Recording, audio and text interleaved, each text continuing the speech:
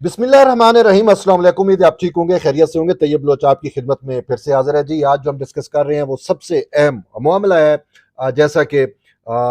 ثانیہ 9 مئی، یعنی کہ ثانیہ 9 مئی پاکستان کی تاریخ کا ایک سیاہ دن۔ اوورال پاکستان کی اس پوری تاریخ میں، جب سے پاکستان مرز وجود میں آیا اور اب تک 75-76 سال گزر چکے، اس میں آج تک ایسا ثانیہ نہیں ہوا، یعنی کہ جب ایک پولیٹیکل مطلب موو نے جو ہے وہ جی ایچ کیو، یادگار شہدا اور ایک مطلب پوری ہماری آرمی کو جو ہے وہ ہلا کے رکھ دیا ہو۔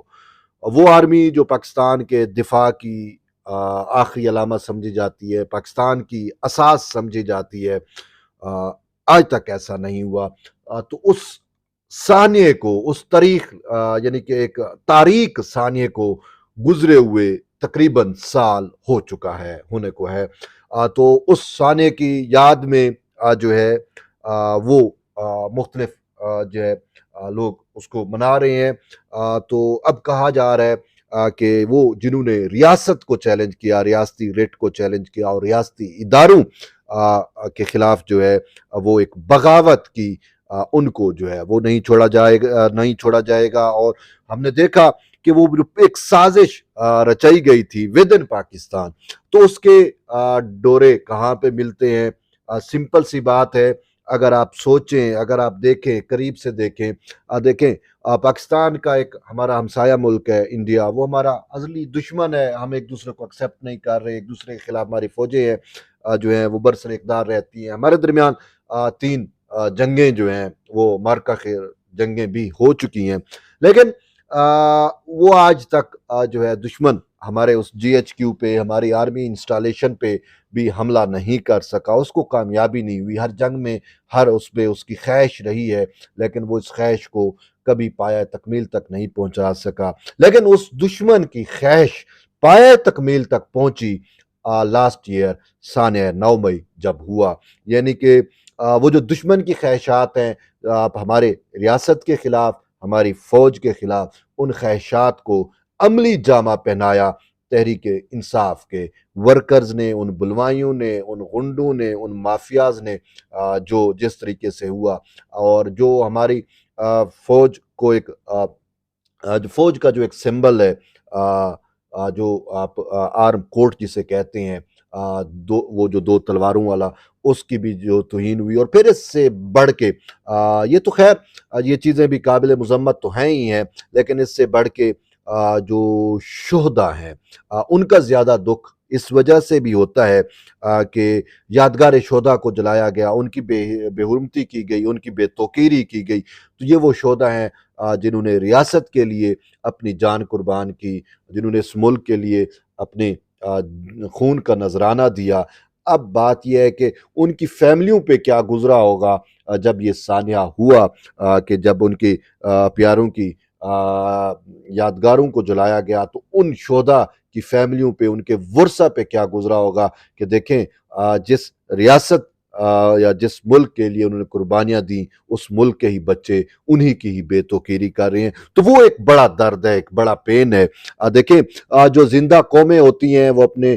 شہداء کو اور اپنے ہیروز کو ہمیشہ یاد رکھتی ہیں، ان کے جو ہے وہ مانیومنٹس بناتی ہیں، اور تاکہ تاریخ میں ان کو ہمیشہ یاد رکھا جائے، ہیرو کو ایک عزت و تکریم دی جاتی ہے، اور خاص کر ان ہیروز کو جو اس ملک کے لیے جنہوں نے جان قربان کی۔ لیکن ہمارے ہاں چونکہ پاکستان میں کہتے ہیں جی الٹی گنگا بہہ رہی ہے، واقعی الٹی گنگا ہی بہی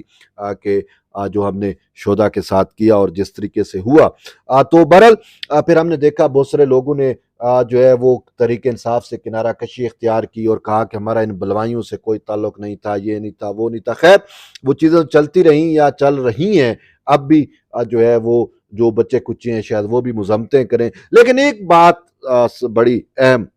سامنے آ رہی ہے کہ تحریک انصاف کے بانی چیئرمین عمران خان کا ایک سٹیٹمنٹ اڈیالہ جیل سے آ رہا ہے،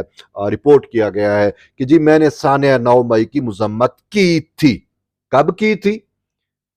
کیا آپ کو یاد پڑتا ہے؟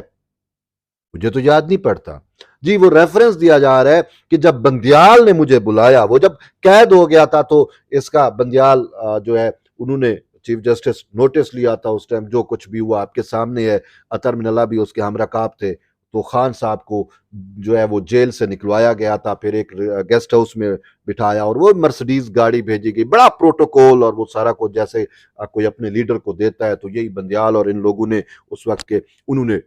خان کو ہر پروٹوکول دینے کی اٹیمپٹ کی اور سارا کچھ کیا، اور ایک آئی جی کے گیسٹ میں رکھا گیا اور سارا کچھ مرسڈیز گاڑی میں ڈال ڈول کے، تو وہ آپ کے سامنے ہے۔ یہاں سے سپریم کورٹ سے احکامات گئے، جی مرسڈیز گاڑی بھیجی جائے، جی ہمارا اسپیشل گیسٹ ہے، یہ ہے وہ ہے فلاں، وہ سارا کچھ آپ کے سامنے ہے۔ تو اوپن کورٹ کے اندر جب خان آیا تو خان کو بندیال بار بار کہتا رہا، باقی جسٹس محمد علی مظہر کے مجھے بھی آج بھی وہ الفاظ یاد پڑ رہے ہیں کہ آپ ثانیہ 9 مئی کی مذمت کرتے ہیں، تو انہوں نے کہا میرا تعلق ہی نہیں ہے، میں مذمت کیا کروں۔ بہرحال بات یہ ہے کہ بندیال کے بار بار کہنے کے باوجود اس نے کہا کہ اس نے مذمت نہیں کی تھی، اس ٹائم بھی یہ چیز رپورٹ ہوئی تھی، اگر آپ اس وقت کا میڈیا خبریں اٹھا لیں کہ خان صاحب نے مذمت نہیں کی، وہ صرف یہی کہا جی میں ان چیزوں پہ بلیو نہیں کرتا، یہ نہیں کرتا، اور ایک چیز جو سے جس امبریلا میں اس نے پناہ لینے کی کوشش کی جس چھتری تلے، وہ یہ کہا تھا کہ مجھے تو پتہ ہی نہیں کہ ہوا کیا، میں تو جیل میں تھا، مجھے تو اب پتہ چل رہا ہے کہ یہ کچھ ہو گیا، وہ ہو گیا، اور اب میں تو عدم تشدد پہ یقین رکھتا ہوں، تو یہ تشدد اور یہ ہوا تو مجھے اس چیزوں سے غرض نہیں ہے۔ اور یہاں تک بھی اس نے کہا تھا کہ جب آپ جو ہے وہ عوام کے لیڈر کو جیل میں ڈالو گے تو اس کا ریئیکشن تو پھر عوام نے دینا ہے، تو بہرحال اس نے اب کہا کہ میرا ان سے تعلق کوئی نہیں ہے۔ یہ خان صاحب کے الفاظ آپ کو بھی یاد ہوں گے، انہوں نے یہ ضرور کہا تھا میرا ان سے تعلق کوئی نہیں ہے، وہ یعنی کہ اپنے ان جو ورکرز تھے جنہوں نے یہ بلوائیں کی تھی، جنہوں نے یہ سارا کچھ کیا تھا، ان کو تنہا ضرور چھوڑا، ان کو اون نہیں کیا، لیکن مذمت نہیں کی، بالکل بھی مذمت نہیں کی۔ اور اب بھی جب خان صاحب کو کہا گیا کہ جی سال ہونے کو ہے اور آپ مذمت کریں، تو اس نے وہ اپنی پیچھے ایک سال میں چھپنے کی کوشش کی کہ میں نے مذمت کر دی تھی۔ بھائی آپ نے نہیں کی تھی، چلو بھائی اگر آپ نے پہلے کر دی تو اب مذمت کر دیں، مذمت یہ شخص نہیں کرے گا اور نہ ہی کر رہے۔ بہرحال وہ اپنے جھوٹ پہ کہ وہ ہر بات جو جس طریقے سے آپ کو پتہ ہے کہ جھوٹ افترا اس کی جو ہے وہ گھٹی میں ہے، تو اس نے وہی سہارا لیا کہ میں نے مذمت کر دی تھی۔ اگر اس ٹائم اس نے اوپن کورٹ میں مذمت کی ہوتی تو بات یہ ہے کہ پورا میڈیا بھرا ہوا ہوتا اور ہم اس جو ہے وہ اس موجود تھے اس پوری کورٹ پروسیڈنگ میں۔ خان نے ہرگز مذمت نہیں کی تھی اس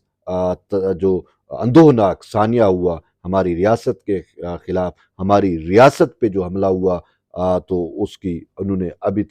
تک جو ہے خان صاحب نے ہرگز جو ہے وہ مذمت نہیں کی۔ بہرحال وہ جو کہہ رہے ہیں وہ ایک جھوٹ ہے، وہ ایک مطلب افتراء ہے، بہرحال اس سے بڑھ کے اور کوئی چیز نہیں ہے۔ تو یوں اب جو ہے اس ثانیے کے کچھ سال ہونے کو ہے، لیکن جو کچھ ہوا وہ واقعی جو ہے ناقابل معافی ہے۔ تو بہرحال ہماری فوج نے اس کا ثانیہ 9 مئی میں جو لوگ ملوث تھے اس کے لیے سب سے پہلے خود احتسابی شروع کی، اور اپنے اندر سے جو فوج کے اندر جو لوگ سہولت کار تھے ان کا صفایا کیا، سارا کچھ آپ کے سامنے ہے۔ اور پھر وہ ملٹری کورٹس کا قیام، بھئی ان کو ملٹری ٹرائل ہوگا اور اس میں کچھ سزائیں بھی ہو گئیں، لیکن وہ بھی ابھی معاملہ جو ہے وہ شاید لٹکا ہوا ہے سپریم کورٹ میں، وہ کیسز معاملات زیر سماعت ہیں، اور کچھ ملٹری کورٹس پہلے اسٹیبلش ہوئی، پھر ان کو سپریم کورٹ کے ایک بینچ نے ان کو اڑا دیا، پھر دوسرے بینچ نے ان کو ویلڈ قرار دے دیا، اور پھر ابھی تک وہ معاملہ جو ہے اس کا فائنل ڈیسیژن نہیں ہوا۔ تو اسی وجہ سے جو ملٹری کورٹس میں معاملات ہیں وہ سپریم کورٹ کے اس فیصلے سے جڑے ہوئے ہیں۔ لیکن یہ 9 مئی جو ہے وہ ویسے اوورآل ملٹری